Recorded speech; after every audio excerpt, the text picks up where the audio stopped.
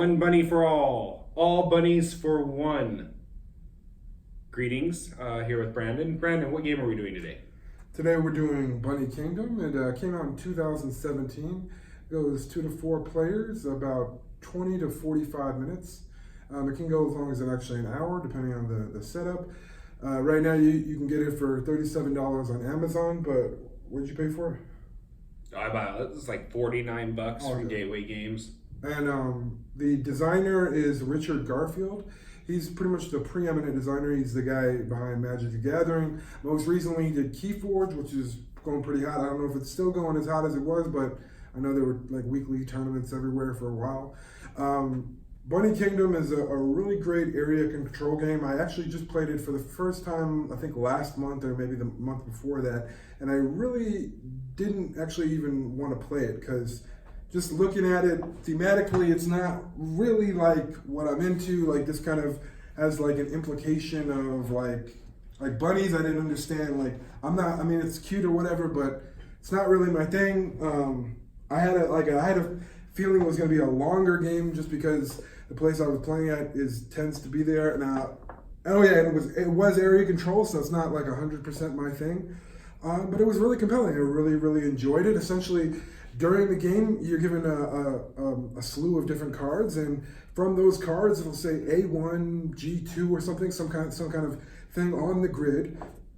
And then from those cards, you basically will be playing them down and planting your bunnies on the map. You're trying to get fiefdoms, essentially. I won't go too much into the details, but you're trying to get as much fiefdoms as possible, just for the overall scoring. Overall, I thought this was a really great game. I would give it pretty much a 1 thumb up. How about you? All right, I'm gonna hop right in. Yeah. This game really makes my hair stand up on the back of my head. Completely joking. I absolutely love this game. It's got a system in it that a lot of games don't have, and that's rotating strategy. So you're going to go into the beginning of this game with a strategy, but depending on how the game plays out, your strategy is going to continuously change.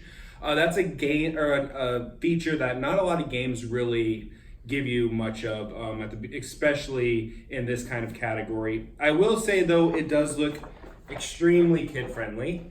The problem is the age on it says 14 plus. It is a complicated game. It looks cute and everything else, but without a strategy, you're going to go into it, you're not going to score points. I mean, it can be a little more difficult. Not only that, but the math mechanic in it is really number oriented, and it can get confusing at times. So I would say probably more along the lines of 16 up. The box says 14, but unless smart kids might be able to get away with 14 plus, but that's really my review of it. Brandon really covered the basics of the game. With the fiefdoms and everything else. It's really, I don't use this word too often, but adorable. The game, the art layout for it's awesome. The pieces, there are some qualities on the single castle pieces which we'll show you that are a little weak, but I mean the pieces are pretty good quality and all around for my $49. A little upset I could have bought it for $37, but for my $49 I felt like it was a good game. I'm also going to give it a 1 thumbs up, mainly because when I bought the game, and you see along the sides of the box, we'll probably show you some close-ups later, it looks like there's going to be some battling involved in the game, so I thought there'd be more mechanics of that. It is literally area control, but once you get an area, you cannot lose the area. There's no stealing somebody's area in the game.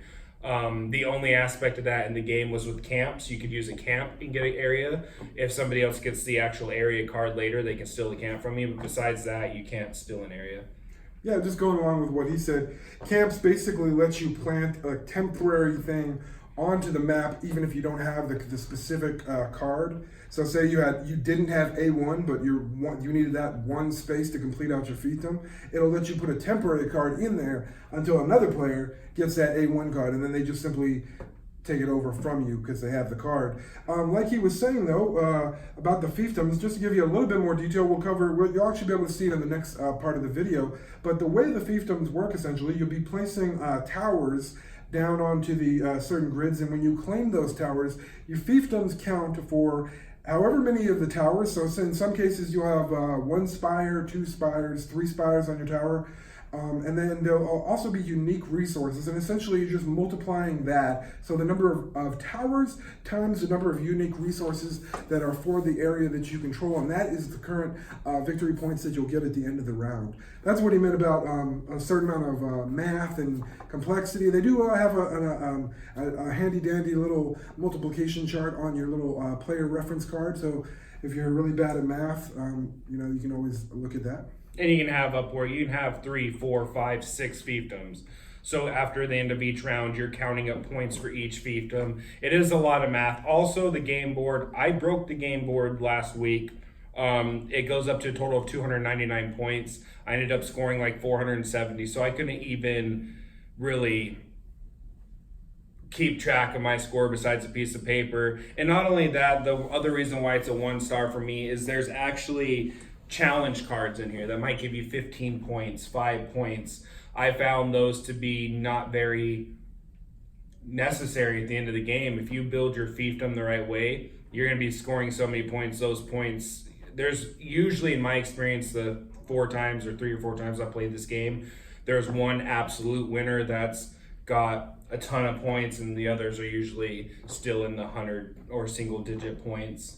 So that's really, I found those cards to be a little unnecessary, or they should have found another way of adding those in to make them more meaningful at the end of the game. But that's our review. Well, you said you give it 1 thumbs up? Yeah, we're both giving it 1 thumbs. I wanted to give it 2. A lot of me wanted to. It's just, besides area control, there's not much there. There's not much else that you can really do. There's no battling. There's no dice rolling. It's a draw a card. It's like a really, really fancy version of Candyland. Draw a card, do what the card says.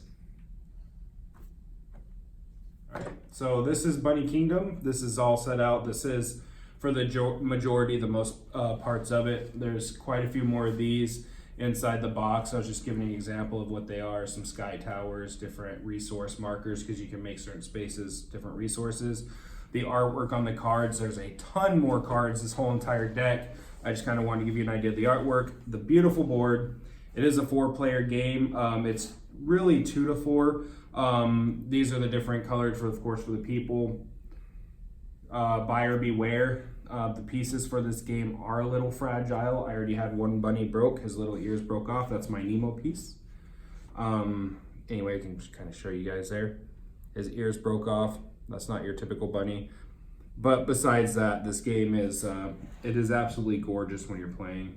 Brandon? Yeah, and just a word of caution. On the first playthrough that I did, one of the towers broke on, I think it was 2 different pieces. So definitely keep an eye out for that. Just to give you an idea, these are the towers that I mentioned previously. So this is a 1 tower. You can upgrade it to a 3 tower, 2 tower.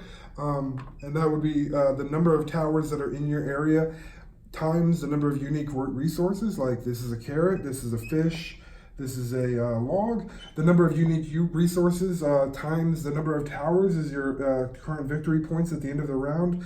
The max resources is 9. Oh yeah, and just as a brief aside, he mentioned about the sky towers. Those are basically a way of, say if you have 2 different areas where it has, maybe you have a fish in one part, but it's only 1 or 2 squares, and then you have some wood with some carrots, but no fish. The way that you could connect the 2 together is just simply use that sky tower that I just showed you just a moment ago. Like you said, the cards are really, really great. The artwork is really impressive. Probably one of my favorite parts is just looking at the different artwork and seeing how beautiful it is. Anything else you'd like to add before we... The broken scoreboard. So it goes up to 300 points. I might not be playing the game correct. I didn't want to mention the fact that with Bunny Kingdom, the rule book is very vague. I don't know if when you use and actually comment and if you know, or if you've played this game before and you kind of know more along the lines of the rules of how to upgrade these towers. I've been playing where if you have a 3 card, the 3 tower, the 3 castle, whatever it is, you can just place it anywhere that you have a rabbit, and that adds a 3 tower. A 2 would do a 2, or 1 would be a 1. Or if it's just you can upgrade these. The reason why I don't think it's just you can upgrade these is because there are cards that give you a 1 tower. Why would you upgrade a 1 to a 1? So that's where it kind of throws me off on that aspect of the game. But besides that, it plays pretty smoothly. I enjoy the game. And we'll go back to them. Like I said, I give it one thumbs up. All right, so that's Bunny Kingdom. We both gave it one thumbs up. Very strong one thumbs up. For our social media, go ahead and hop in the description. Our social media for our Twitter will be on there for Bunny Kingdom. If you've ever played the game, leave us any comments about the game of your experiences. If you want any other kind of area control games, let us know in the description. Brandon? Yeah, and just as a reminder, it'll be Real Nerd Nebula at Twitter. For my Twitter, it'll be Board Game Bruh. That'll be Board Game and then BRUH. And that's pretty much the video. Like, subscribe, and carrots and peas. And just in closing, I didn't choose the cardboard chose me. Well, technically, you had to have chose the cardboard because you have to buy the game and all that other stuff. But sometimes you buy me games. I'll buy you a lot more games. Yep.